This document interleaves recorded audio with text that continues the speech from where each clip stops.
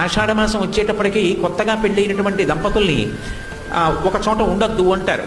ఒక చోట కొత్తగా పెళ్ళైన దంపతులు ఉండవద్దు అనడానికి అసలు కారణం ఏమిటంటే, ఏదో అంతకుముందు పెళ్ళి అవుతుంది, ఏ చైత్రమాసంలోనో వైశాఖ మాసంలోనో పెళ్ళి అయిందనుకోండి. అయితే కొత్తగా పెళ్ళయింది కదూ, వాళ్ళిద్దరికీ సంతోషంగా ఉంటుంది.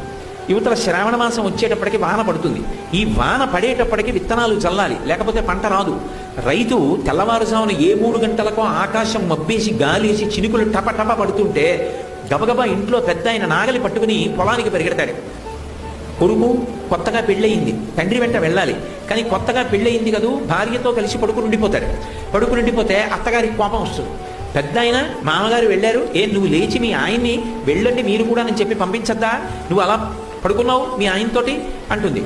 ఈ ఒక్క నెల ఆషాఢమాసంలో కానీ వాళ్ళిద్దరూ వేరుగా ఉన్నారనుకోండి, 6 నెలలు తినడానికి కావలసినటువంటి పంట వస్తుంది.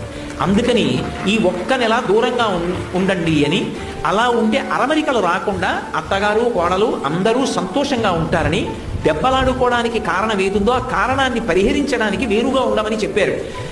ఆచారం ఏదైనా ఉంటే దాని వెనక ఎంత విశాలమైన మానవతా దృక్పథంతో పెట్టారో ఆలోచించాలి తప్ప, నీకేమీ తెలియకపోతే అదేం తప్పు కాదు. కానీ నీకు తెలియదు కాబట్టి ఎవరో ఒకడు చెప్పింది మాత్రం అది సదాచారం కాదు, తప్పని ఖండించడం కన్నా దురాచారం హస్సబుద్ధి మాత్రం ప్రపంచంలో ఇంకోటి ఉండదు.